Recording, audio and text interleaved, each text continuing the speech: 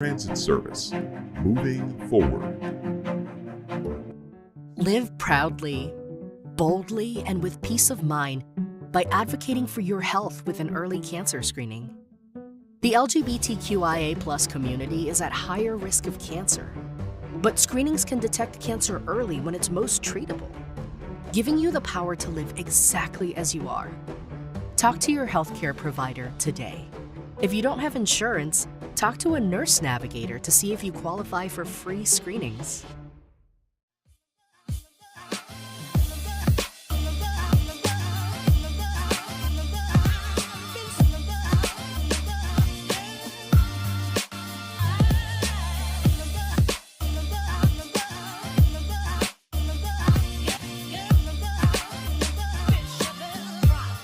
Hello everyone, I am Chris Kelly here in place of our good friend and brother, Mr. Ivan Thomas.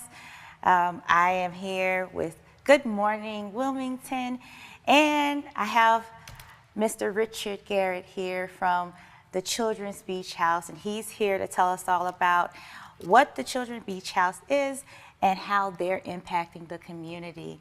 First of all, thank you so much for being here with us today. Well, my pleasure. I miss Ivan, but you're a great fill-in. I'm a good fill-in, huh? Thank you so much. Thank you so much. So yes, please give us more information about the Children's Beach House and, just what you guys are looking to do, for the community. Sure. I always think it's easiest to talk about the organization if we start with its mission. And our mission is to help people to improve their own lives by understanding and accessing their internal resources, those things that they already have, the assets, the strengths that we can help develop so that they can be more effective and more successful in their lives.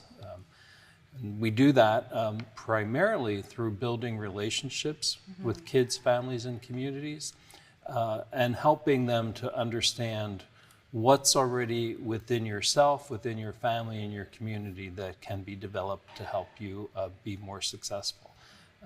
So the relationships are really important. It's a central part of what we do, and the kids come down to Lewis, Delaware, where we have a facility on the water, and they get to participate in sailing and swimming and a fine arts program where they do ceramics. We have a low ropes course. All kinds of really cool things that they may not be able to do in their own communities. And while they're there doing all these new things, they also have the opportunity to build relationships with the other kids in the program and with competent, caring adults that form the staff. So that's really the way that we work with kids.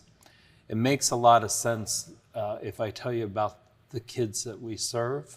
They're kids with communicative disabilities, many of whom are coming from under-resourced families.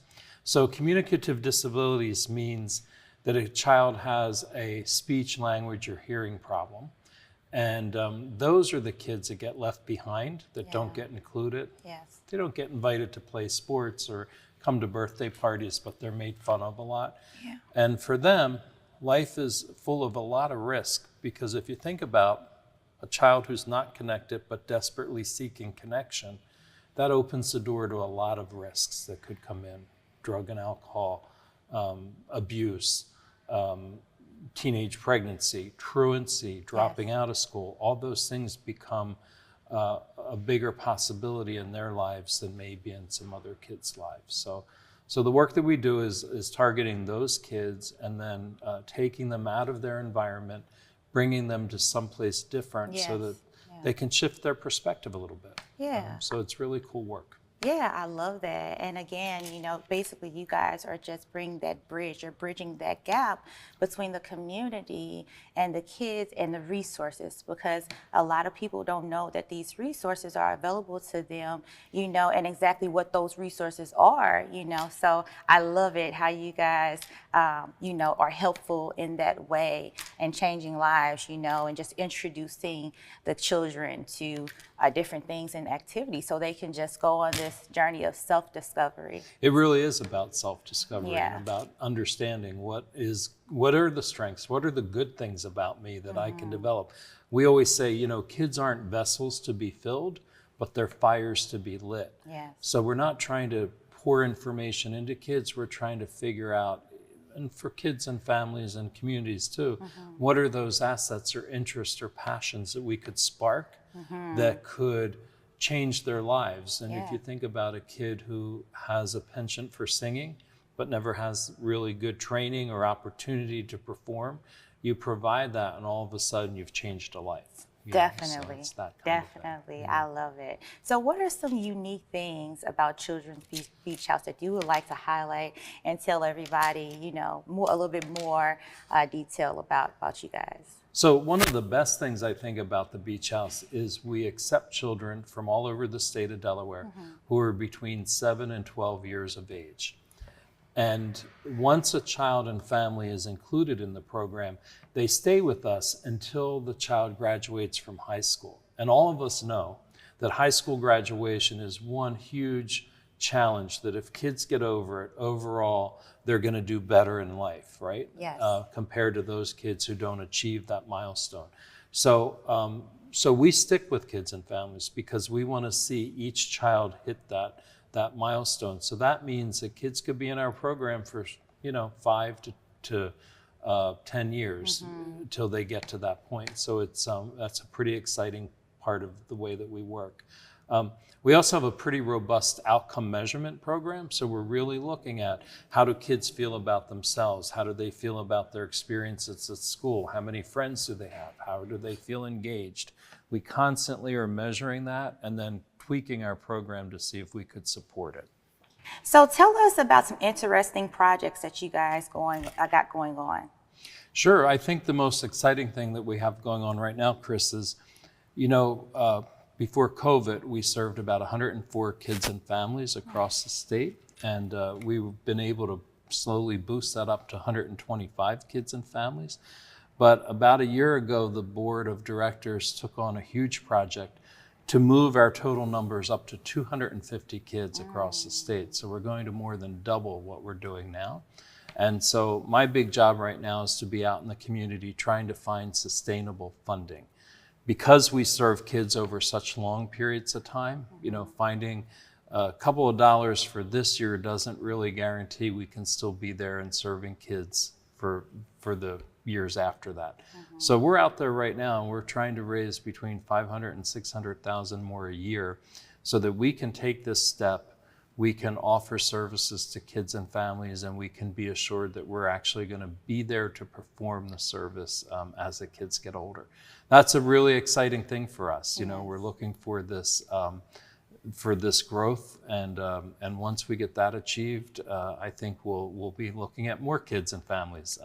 It's really great work, and really wonderful things are happening through the program. So it's important. Definitely, you know, definitely whenever it comes to, you know, the kids and, you know, children, of course, you know, they're our future. So you want to, you know, be there to support them in each and every way that you possibly can. And I love it. Just wonderful, wonderful. So yes, I know that people can go and look and see what you guys are doing on the website and social media as well. We're on Facebook, Instagram, LinkedIn. We have a wonderful website. If folks go on our website and there's a place for them to sign up, and they will get our monthly electronic newsletter. It's a quick read, 3 or 4 minutes, and you can read every article on it. But it keeps people connected. It shows our donors how we're investing their donations, and it also shows program folks new and exciting things that we're doing to serve kids, families, and communities.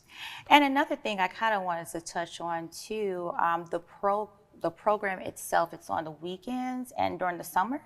It is. The kids come to us on the weekends in the summers, but we actually have staff to go to kids, families, schools. They work alongside of parents, and that happens all year long, every day, in the various communities where we're working. So we actually have family engagement coordinators that form the connection between us and our families. I love how, you know, you grow together, you know, each year, you know, you're sticking with them, and that way they know that they have, you know, people and someone, and, you know, who's really supporting them along, you know, every step of the way. So I think that's wonderful. Where can, you know, people go to support Children's Beach House and just keep up with you guys and what you're doing? So the best thing to do is Google Children's Beach House. It comes right up. Okay. Okay, great, great, great. And also any upcoming events that you would like to let the public know about, you know. This weekend in Lewis, we have a beach barbecue on Saturday night from 6:30 to 9:30. All the info's right there on the website. And we have another huge event coming up on December 1st. Again, very easy to access. You can buy tickets, you can support the organization through sponsorship. It's all right there on the website. Well, there you go, guys. I am Chris Kelly. Thank you so much for watching. We, you know, appreciate your support, and we'll see you next week. Make sure that you go to DETVCH.com and our social media handles, and we'll see you later.